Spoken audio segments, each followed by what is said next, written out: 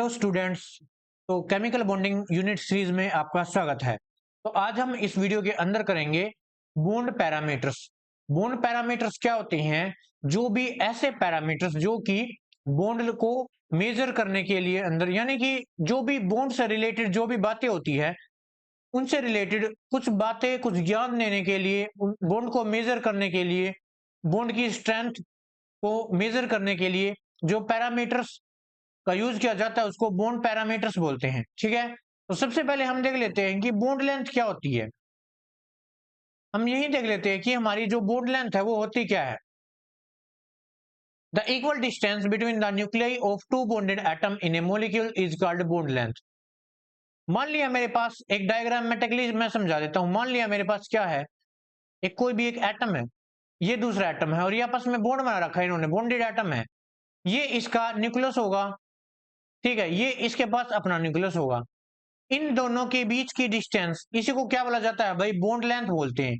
क्या बोला जाता है? बॉन्ड लेंथ बोलते हैं। ठीक है, बॉन्ड लेंथ समझ में आ गया। मेरे पास कोई भी दो एटम थे, एक एटम ए था, एक एटम मेरे पास क्या था भाई? बी था। इन्होंने आपस में बॉन्ड बनाया होगा। लाइक जैसे इसका एग्जांपल ले लेते हैं, मान लिया H2 है, ये हमारा हाइड्रोजन नंबर 1 था, ये हाइड्रोजन नंबर 2 था, इन दोनों ने बॉन्ड बनाया होगा। तो उसकी बॉन्ड की लेंथ क्या होगी?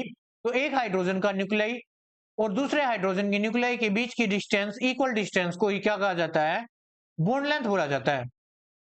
अब हमारे पास क्या जाता है? Factors affecting on bond length. ऐसे कौन कौन से फैक्टर हैं जो बॉन्ड लेंथ को अफेक्ट करते हैं? तो देख लेते हैं। सबसे पहला फैक्टर्स है साइज ऑफ द एटम्स।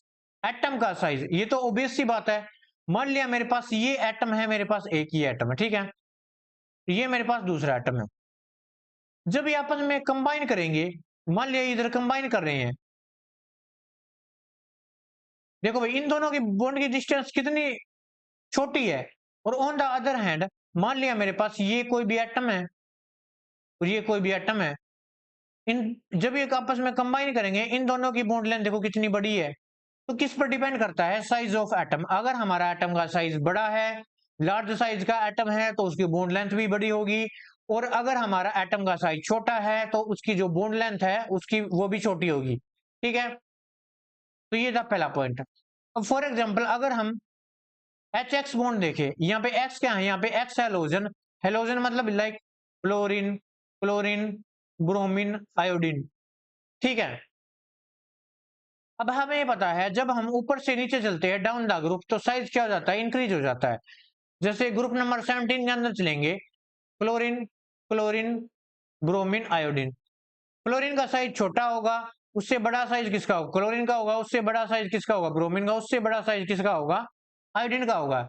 ऐसे ही ये एच और जो एक्स बॉन्ड है, यानी हाइड्रोजन और हाइड्रोजन का बॉन्ड है, उसके बॉन्ड लेंथ को पूछ रहा है। तो ये तो ऑब्वियस सी बात है, जिसका साइज बड़ा उसकी बॉन्ड लेंथ बड़ी। तो सबसे बॉन्ड लेंथ बड़ी किसकी आएगी? एच आएगी। उससे कम किसकी? एच बी आर की। उससे कम एच सी एल की। और सबसे कम किसकी होगी? एच एफ की होगी। ठीक है, एक और एग्जांपल देख लेते हैं।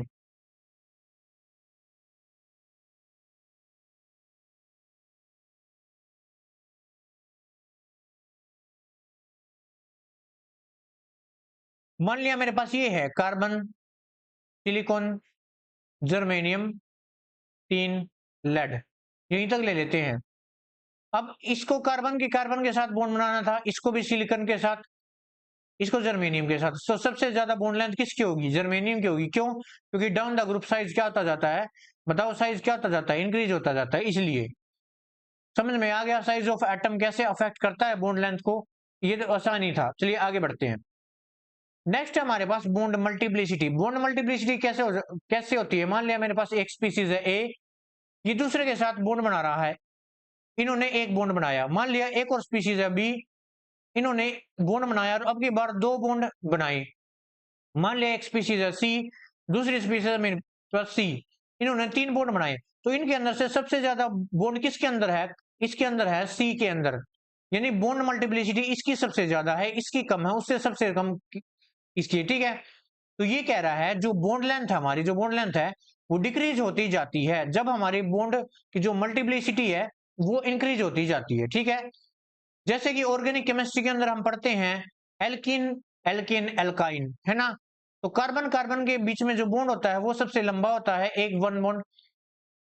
उससे जो छोटा बॉन्ड है वो डबल बॉन्ड होता है, और सबसे छोटा बॉन्ड कौन सा होता है भाई? Triple bond. ठीक है, तो जैसे जैसे बॉन्ड मल्टीप्लिसिटी बढ़ती जाएगी वैसे वैसे बॉन्ड लेंथ हमारी छोटी होती जाएगी। आई होप आपको समझ में आया। नेक्स्ट हमारे पास बॉन्ड एंगल। बॉन्ड एंगल क्या है? The angle between the orbitals containing bonded electron pair around the central atom in a molecule is called bond. बिल्कुल आसान लैंग्वेज में बताऊं, बॉन्ड एंगल क्या होता है? बॉन्ड के बीच में एंगल। फॉर एग्जाम्पल मेरे पास है CH4, CH4 ये है हमारे पास। ठीक है, ये बॉन्ड बने हुए हैं, बॉन्ड बने हुए हैं, किस चीज के बीच में बॉन्ड बने हुए हैं? कार्बन और हाइड्रोजन के बीच में बॉन्ड बने हुए हैं, जैसा कि आप देख पा रहे हैं स्क्रीन के ऊपर।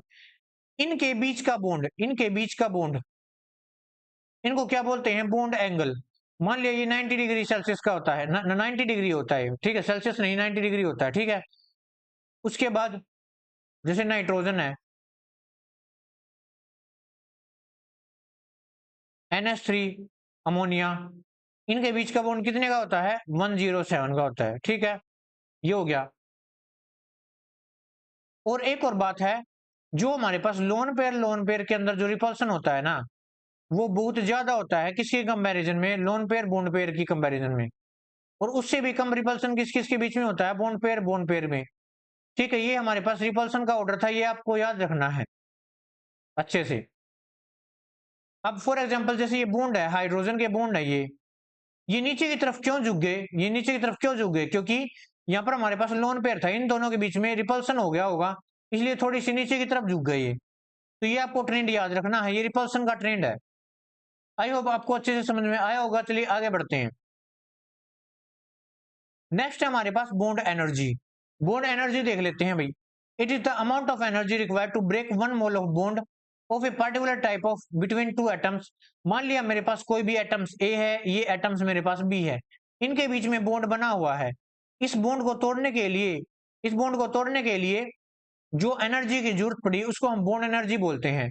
या फिर ये भी बोल सकते हैं कि मान लिया मेरे पास एक स्पीसीज है ए, एक स्पीसीज है बी। ठीक है, इन दोनों के बीच में बॉन्ड बनाने के लिए जितनी एनर्जी की रिक्वायरमेंट होगी, जितनी एनर्जी की रिक्वायरमेंट होगी उसको क्या बोलते हैं? बॉन्ड एनर्जी बोला जाता है। ठीक है, अब इसकी यूनिट होती है हमारे पास किलो जूल पर मोल। क्या होती है? किलो जूल पर मोल। देखो भाई, अब हमारे पास जो बॉन्ड एनर्जी होती है ना, बॉन्ड एनर्जी,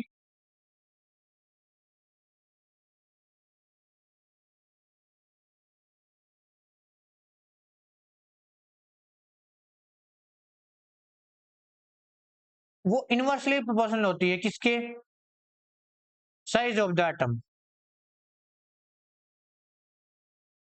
क्यों होती है? क्योंकि एटम का साइज बड़ा होगा तो इजिली टूट जाएगा बॉन्ड।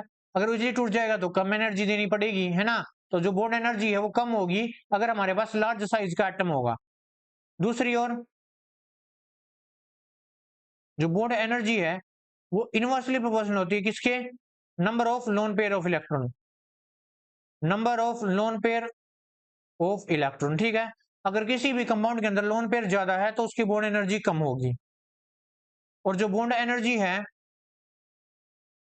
वो डायरेक्टली प्रोपोर्शनल होगी किसकी? बॉन्ड मल्टीप्लिसिटी के। यानी कि अगर हमारे पास सिंगल बॉन्ड, ट्रिपल बॉन्ड और डबल बॉन्ड है, तो उनमें डबल बॉन्ड और जैसे ट्रिपल बॉन्ड में सबसे ज्यादा एनर्जी लगेगी बॉन्ड तोड़ने के लिए, तो उसकी बॉन्ड एनर्जी हाई होगी। उसके बाद डबल बॉन्ड के अंदर उससे कम लगेगी, सिंगल बॉन्ड के अंदर उससे भी कम लगेगी। तो जो बॉन्ड एनर्जी है वो डायरेक्टली प्रोपोर्शनल होती है किसके? बॉन्ड मल्टीप्लिसिटी के।